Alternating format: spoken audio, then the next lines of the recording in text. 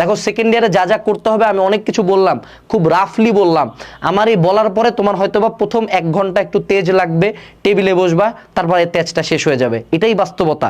কিন্তু আমি জাস্ট তোমাকে আরেকটা কথা বলি, it is your life, take control. বাবা দেখো তুমি এখন পড়বা না, তুমি এইচএসসিতে কট খাবা, টেস্টে কট খাবা, অ্যাডমিশনের সবগুলা জায়গায় পরীক্ষা দিবা, একটা তো চান্স পাবা না। তারপর নির্লজ্জ বেহায়ার মতো একটা পরজীবী রক্তচোষা, যার বাপ মার রক্ত ঘাম কষ্ট করা টাকা দিয়ে যে পড়াশোনা করছে, সে বাপ মায়ের সামনে দাঁড়াইতেও পারবে চান্স না পাওয়ার পরে, কারণ তুমি তো নির্লজ্জ বেহায়া। কারণ কি, নির্লজ্জ বেহায়া জন্য যে তুমি মরে যাবে এমন তো না, তুমি তো, তোমার ওই সাহস নাই। তুমি কি করবা, তুমি যে এই যে এতদিন ধরে যে তুমি যে পড়তেছো না, এটার জন্য তোমার মনে এক ফোঁটা গিল্টও থাকে না।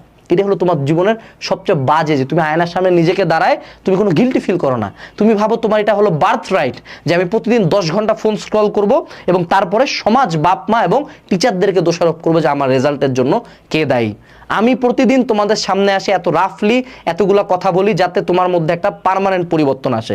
একটা কোর্স কিনতে বলি যাতে তোমার মধ্যে একটা পার্মানেন্ট পরিবর্তন আসে, একটা বই কিনতে বলি যাতে পার্মানেন্ট পরিবর্তন আসে। কিন্তু তোমরা কি করো, একটা ভিডিও দেখো, আরে আনাস ভাই সেরা, খুব মোটিভেটেড, আল্লাহ আপনাকে নেখায়াত দেখ, ধন্যবাদ, thank you for that, but আমার তো এটার দরকার নেই। আমি চাই তোমার মধ্যে পার্মানেন্ট পরিবর্তন, পার্মানেন্ট পরিবর্তন। আজকে থেকে বলো ভাইয়া, রহিম, করিম, সেলিম, জরিনা, সুখিনা, যে হও না তুমি, সেকেন্ড ইয়ার হলো তোমার কামব্যাকের টাইম।